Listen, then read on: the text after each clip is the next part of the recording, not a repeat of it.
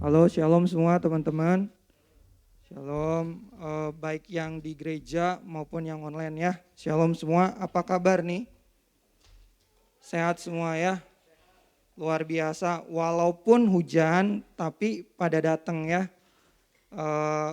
Gua pernah dengar satu khotbah, Pastor Jeffrey itu ngomong gini, waktu itu dia adain satu acara KKR, dia planning sedemikian rupa ya. Terusan ada salah satu pelayan yang ngomong gini, yuk kita sama-sama doa supaya cuacanya bagus katanya. Supaya nggak hujan, supaya nggak macet. Tujuannya apa? Supaya banyak yang datang. Tapi Pastor Jeffrey ngomong gini, kita mah doanya bukan supaya cuacanya oke, bukannya keadaannya bagus, tapi kita doa supaya jemaatnya mereka punya rasa haus dan lapar akan Tuhan yang lebih lagi katanya. Dan gue percaya kita semua hadir di sini artinya apa? Kita mau cari Tuhan ya. Dan gue percaya ketika kita cari Tuhan pasti ada sesuatu yang baru. Pasti kita yang datang dengan segala pergumulan ya, segala kekhawatiran, segala ketakutan, Tuhan pasti kasih pemulihan ya. Hari ini kita mau sama-sama belajar tentang membangun tujuan sehat. Firman-Nya gue kasih judul memiliki hidup yang berarti teman-teman. Kita mau baca Efesus 2 ayatnya yang 10 ya. Karena kita ini buatan Allah diciptakan dalam Kristus Yesus untuk melakukan pekerjaan baik yang dipersiapkan Allah sebelumnya. Ia mau supaya kita hidup di dalamnya. Amin. Jadi gue percaya Tuhan ciptain kita itu baik. Dan apa? Firman Tuhan ngomong apa? Untuk melakukan pekerjaan baik ya. Jadi setiap kita diciptain itu baik. Dan tujuannya adalah baik. Tapi sayang setiap kita ada yang belum mengerti bahwa kita diciptain buat tujuan baik gitu loh. Jadi enggak semua orang menyadari akan hal itu. Contohnya gini, kan benda diciptain pasti ada tujuannya ya. Kayak handphone diciptain, dia buat alat komunikasi. Oke, boleh di next biar ada gambaran ya. Handphone diciptain buat alat komunikasi ya. Orang tua saya di Jawa, saya di Bandung. Saya bersyukur ada handphone. Saya bisa telepon mama saya, papa saya ya. Apalagi sekarang zamannya apa bisa video call ya, bisa Zoom meeting. Terusan ada juga kursi. Dia diciptain supaya apa? Bisa didudukin ya. Jadi benda aja diciptain ada tujuannya ya. Apalagi setiap kita manusia, makhluk ciptaan Tuhan. Cuma ada juga ternyata ya orang-orang yang nggak tahu tujuan dalam hidupnya apa. Sehingga orang itu kayak nanya-nanya, gue pun dulu pernah ngalamin ya. Ketika gue gak tahu tujuan hidup gue apa, gue bertanya-tanya. Boleh nih next. Kebanyakan orang jadi bertanya-tanya kayak, kenapa sih saya lahir seperti ini? Karena dulu saya pernah mindel tentang warna kulit. Karena kulit saya coklat ya. Saya pernah minder juga, kenapa Tuhan saya lahir kok fisiknya kayak gini ya. Kenapa jadi gak percaya diri teman-teman? Pernah gak ngalamin? Terusan apalagi ada yang bertanya, kenapa saya lahir dari keluarga seperti ini ya? Kayak komplain, saya juga dulu pernah ngalamin loh. Kenapa ya papa saya teh gini, kenapa papa saya gak kayak papanya teman saya? Mama saya gak kayak mamanya teman saya? Nah karena kita tidak tahu tujuan hidup kita, jadi apa? Kita menyia-nyiakan hidup. Kita hidup sembarangan, habis itu apa? Kita hidup asal-asalan ya. Saya dulu gak bersyukur sama keluarga. Saya perlakuin keluarga saya asal-asalan. Saya perlakuin diri saya asal-asalan. Saya temenan sama teman siapa aja. Saya gak pilih-pilih teman. Ya, karena apa? Saya gak tahu kalau saya ini diciptain Tuhan dengan tujuan baik dan buat menggenapi tujuan Tuhan yang baik ya. Karena kita nggak tahu tujuan, gue ada foto dikit ya, boleh nih next. Salah satu contoh orang yang nggak tahu gunanya barang ini diciptain buat apa, sehingga dia gunainnya ngawur ya. Lo lihat itu ya, iPad buat tonan ya, benar nggak? Habis itu mobil buat pergi-pergi, buat ngangkut barang kan. Ya karena apa? Karena mereka nggak tahu tujuannya apa gitu kan. Coba lu bayangin iPad buat apa?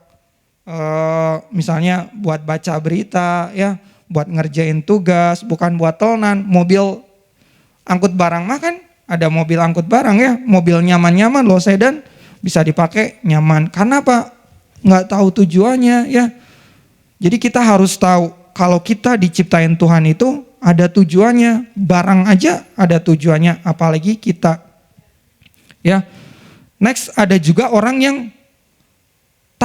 udah tahu bahwa dia diciptain, gue diciptain sama Tuhan, gue punya tujuan. Tapi tujuannya salah teman-teman. Ya, jadi nangkep kan kayak tadi iPad diciptain buat apa? Alat komunikasi, tapi karena dia nggak tahu tujuannya, dia digunakan dengan salah ya. Nah, setiap kita kalau kita tahu tujuan hidup kita apa, tapi kita salah, contohnya apa?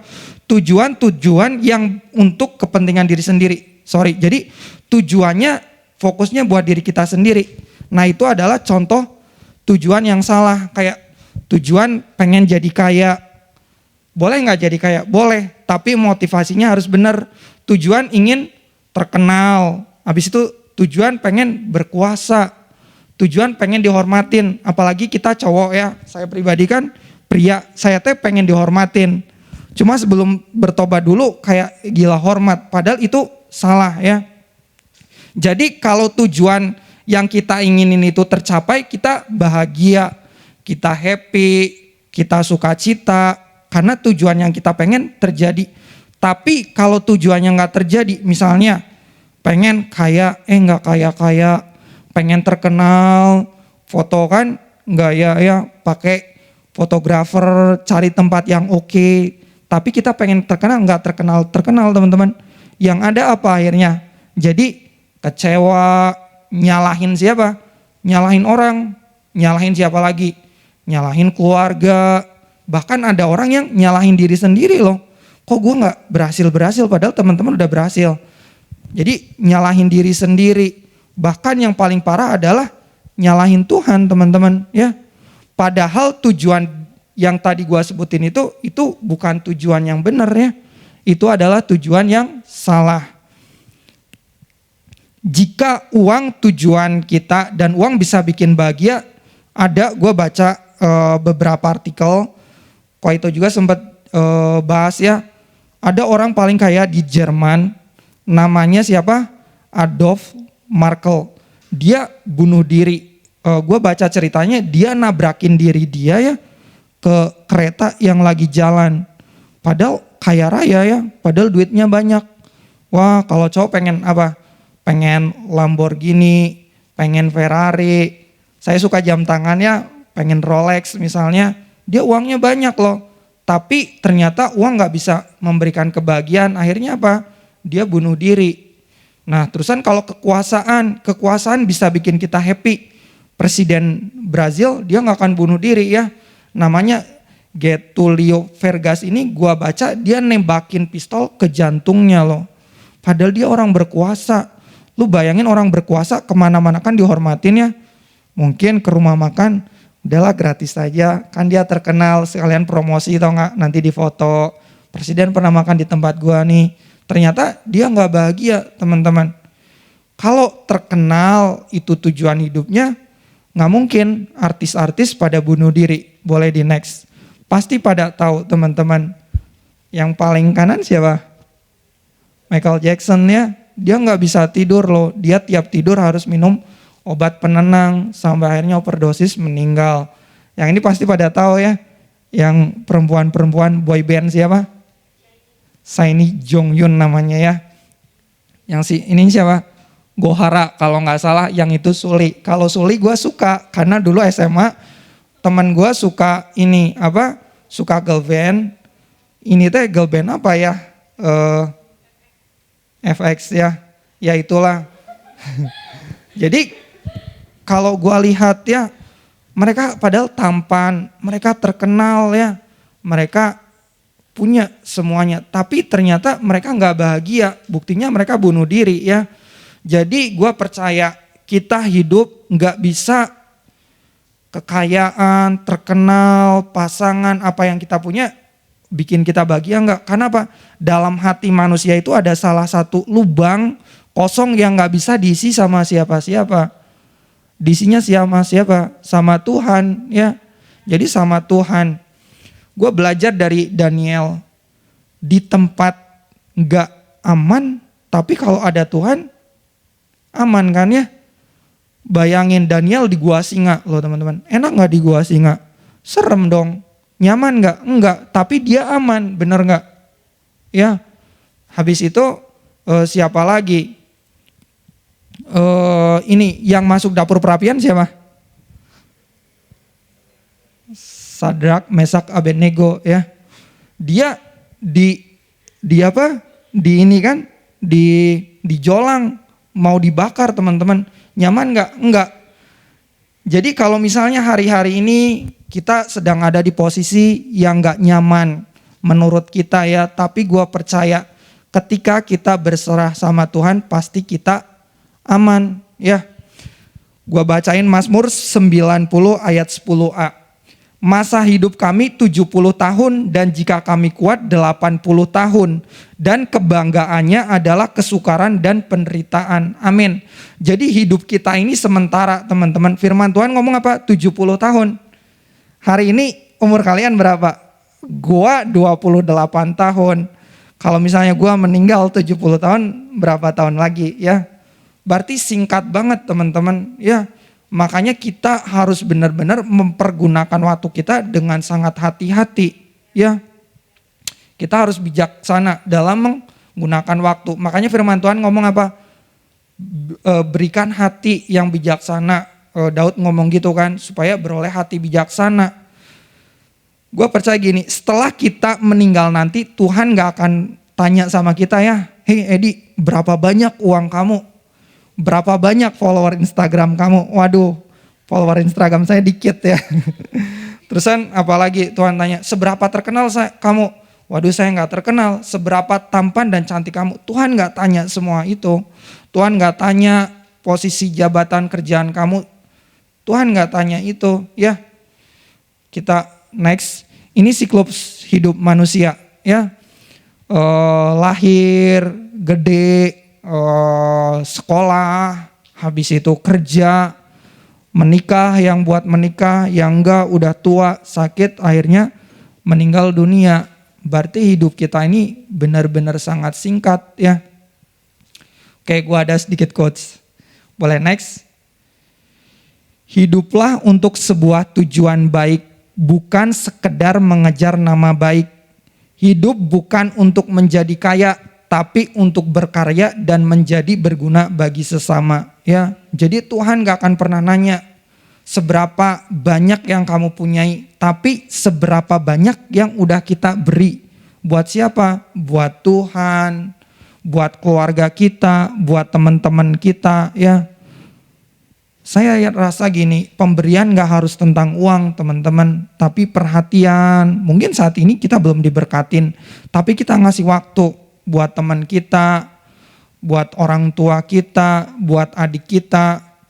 Jangan hidup fokus untuk diri sendiri, tetapi kita hidup apa? Harus menggenapi rencana Tuhan dalam kehidupan setiap kita.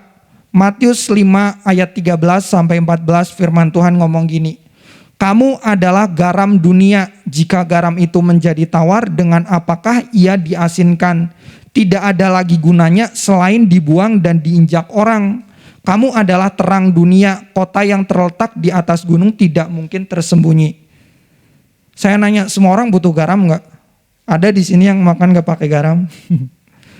Minimal udah pernah ngerasain makanan asin lah ya. Kenapa dia bisa asin? Karena ada garam teman-teman. Jadi kita, firman Tuhan ngomong apa? Kita ini ibarat garam.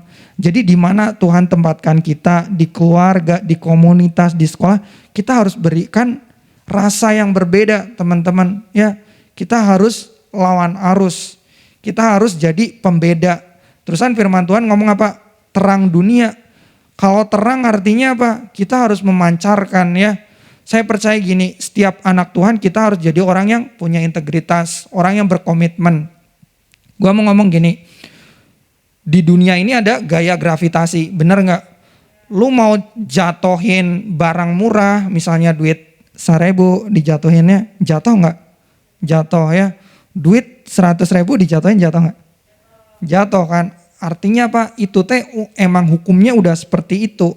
Jadi kita anak Tuhan pun sama. Mau di gereja kita tetap baik, kita tetap lakuin hal yang benar. Di tempat kerja sama. Mau di mana-mana sama. Karena identitas kita seperti itu, ya.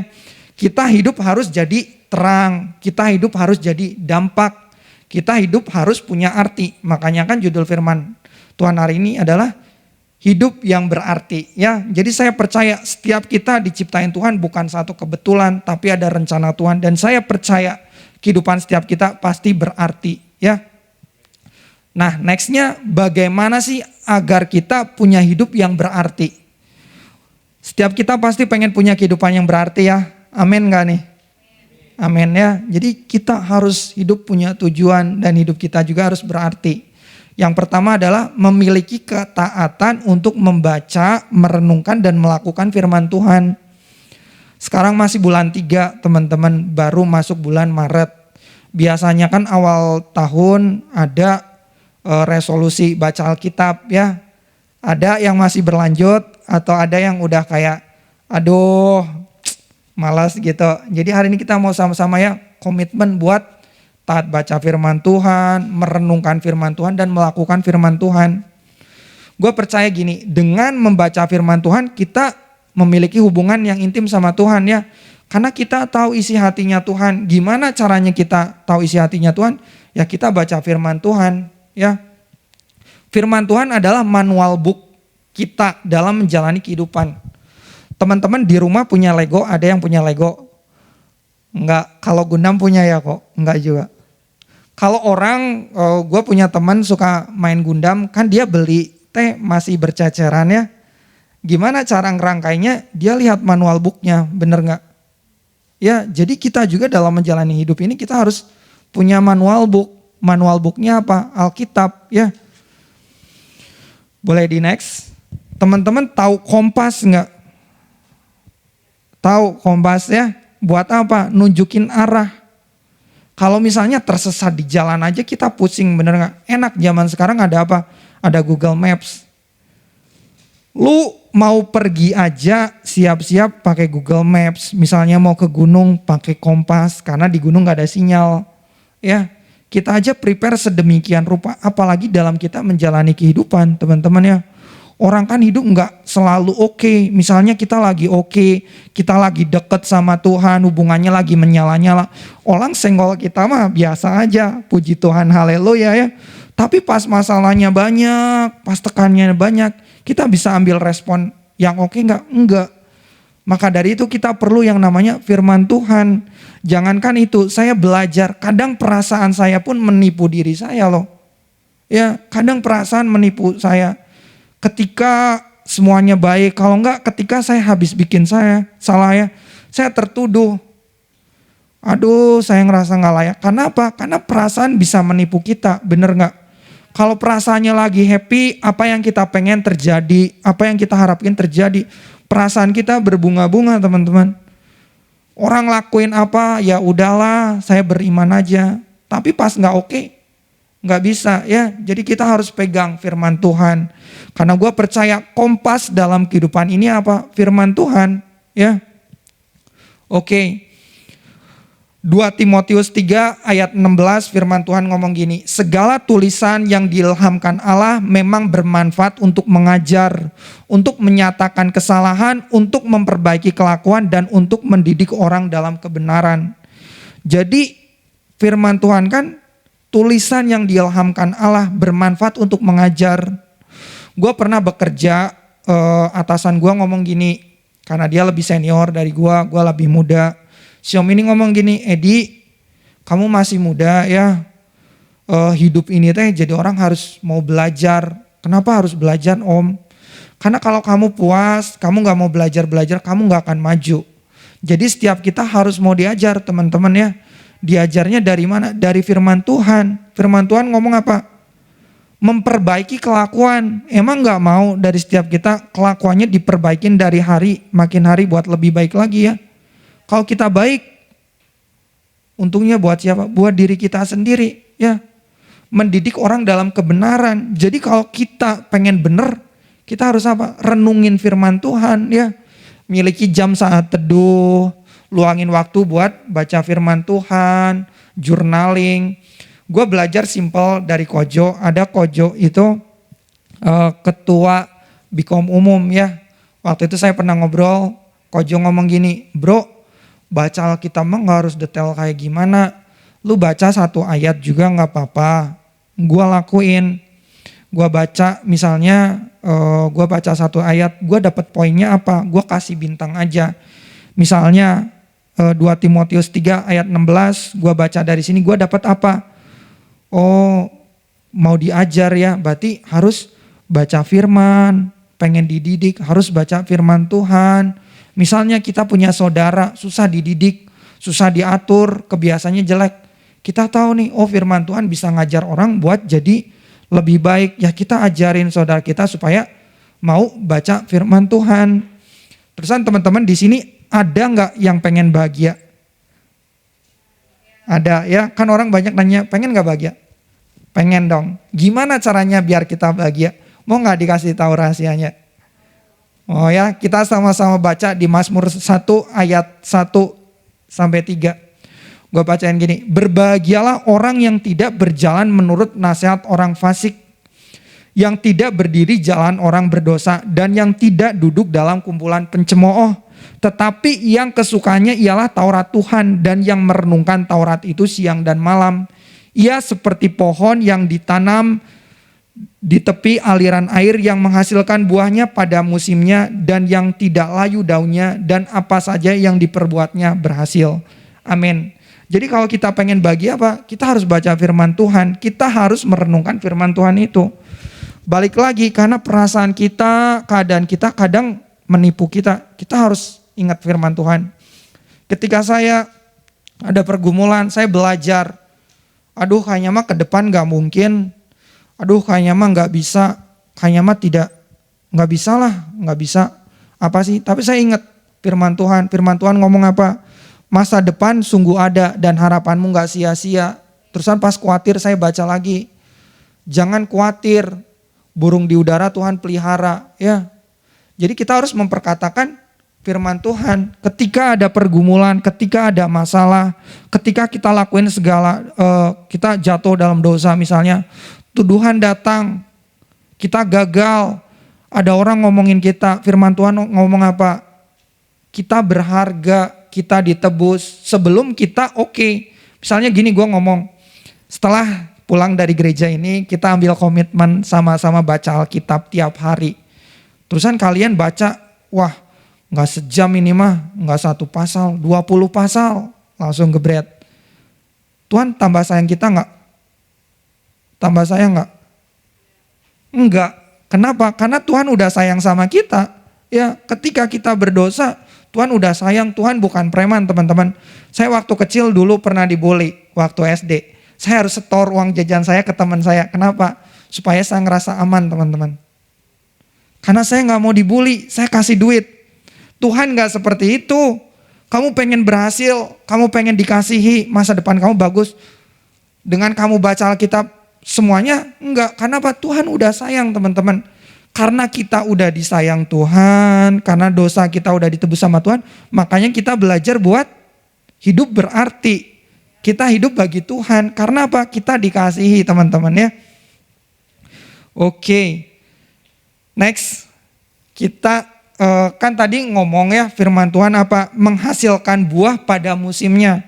Teman-teman tahu ini buah apa? Pohon apa? Ada yang lihat pohon ini? Apa? Apel ya. Jadi teman-teman tahu itu buah apa? Apel. Ini pohon apa? Tahu nggak? Pohon apa? Ada yang tahu?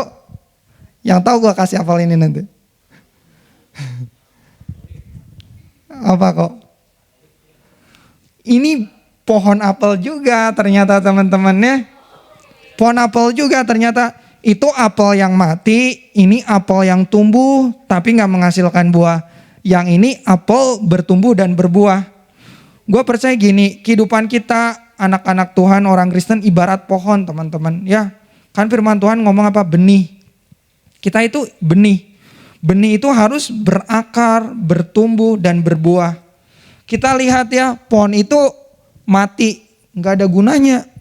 Pohon ini bertumbuh, tapi dia tumbuh doang. Bagus nggak? Enggak. Jadi kalau misalnya kita ke gereja, kita bertumbuh bagus. Oke, tapi yang paling oke kita harus berbuah teman-teman. Kenapa? Karena gue lapar misalnya hari ini ya. Gue makan buah apel. Kenyang benar gak?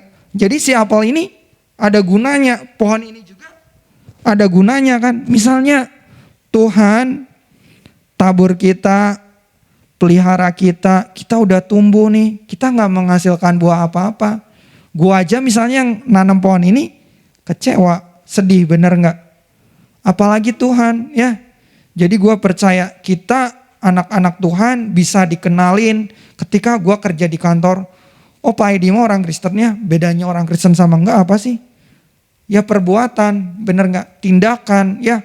Kalau kita pengen menginjili, kita pengen jadi berkat buat orang lain, kita kasih sesuatu yang beda dong. Dari tindakan kita, perkataan kita, perilaku kita ya. Oke, next. Yang kedua adalah berdoa. Kenapa kita berdoa? Karena kita komunikasi sama Tuhan, bener gak? Misalnya gini, saya dekat sama orang tua saya kalau saya komunikasi, bener gak? Kalau misalnya diem-diem aja, misalnya mama saya masak, saya ngambil makan aja, gak usah ngomong gitu. Pulang sekolah dulu, gak usah ngomong, bener gak? Pas saya butuh uang sekolah, saya diem aja, dikasih duit gak? Enggak, bener gak? Saya bisa kerja gak? Enggak, orang masih bocah, bener gak? Kan dulu anak kecil, mah jajan, pa pengen HP baru. Kan gitu kan, itu juga sama kita sama Tuhan. Jadi kita harus komunikasi ya, kita berdoa. Ketika bangun tidur, saya punya kebiasaan yang puji Tuhan sekarang berangsur, udah mulai lebih baik. Saya bangun tidur itu enggak berdoa dulu teman-teman, lihat HP dulu. Bangun tidur lihat HP, nggak lihat, muter terus lama kan ya. Akhirnya apa? Wah mau ke kantor kesiangan. Akhirnya apa? Karena waktunya nggak teratur, jadi uring-uringan ya di jalan. Naik motor juga ngebut-ngebut ya. Sampai kantor nggak suka cita ya. Jadi bangun tidur saya sekarang belajar buat berdoa ya. Jadi kita harus memiliki jam doa. Sebelum melakukan sesuatu kita berdoa. Mau ambil keputusan berdoa. Karena apa? Kita minta Tuhan sertai setiap keputusan yang kita ambil ya. Karena kita nggak tahu ketika kita ketemu orang mau kerja sama, ketika kita suka sama orang, ketika kita mau kerja, kita nggak tahu teman-teman. Karena apa? Mata kita terbatas, kita cuma bisa lihat apa yang di depan mata kita. Tapi Tuhan bisa lihat 5 tahun ke depan, 10 hari, 10 tahun. Makanya kita minta Tuhan sertai setiap kita ya. Gue belajar gini, kita berdoa bukan buat diri kita doang. Tuhan saya pengen berhasil. Tuhan saya pengen HP baru misalnya. Tuhan saya pengen dapat ranking yang masih sekolah ya. Yang kerja, Tuhan saya pengen naik gaji. Tapi kita belajar gini, berdoa. Satu, mengucap syukur dulu ya. Habis itu setelah mengucap syukur, bersyukur dulu. Kita masih dikasih sehat, keluarga masih lengkap ya. Kita punya tangan, punya organ, lengkap. Kita bersyukur. Habis itu apa? Minta ampun sama Tuhan buat segala kesalahan dan dosa kita. Karena apa? Kita manusia nggak lepas dari yang namanya dosa. Setelah itu kita berdoa buat keluarga kita ya. Buat papa, mama, buat saudara, adik, koko, kakak, cici ya. Setelah itu yang keempat kita berdoa buat siapa? Buat hamba-hamba Tuhan ya, buat pemimpin rohani kita. Karena kita harus topang mereka lewat apa? Lewat doa. Supaya apa? Mereka dikuatin sama Tuhan selalu. Oke. Next adalah melayani Tuhan. Karena kan tadi gue ngomong kita harus bertumbuh. Tapi kita harus melayani Tuhan juga ya. Karena apa? Di Markus 10 ayatnya yang ke-45 Tuhan ngomong gini. Karena Anak manusia datang bukan untuk dilayani, melainkan untuk melayani dan untuk memberikan nyawanya bagi tebusan banyak orang. Ya, Tuhan datang ke dunia buat melayani kita. Kita juga belajar, kita yang udah dilayani sama Tuhan, kita juga belajar buat melayani Tuhan ya. Battle Youth kita buka pelayanan ya, buat teman-teman paling gampang meneladani Tuhan Yesus buat melayani di mana? Di gereja, sebelum kita melayani di dunia luar sana ya. Oke, next, terakhir gua ini ada kata-kata melayani bukanlah beban, tetapi merupakan sebuah kehormatan ya. Jadi hari ini kita belajar sama-sama buat baca firman Tuhan, buat berdoa dan buat melayani ya.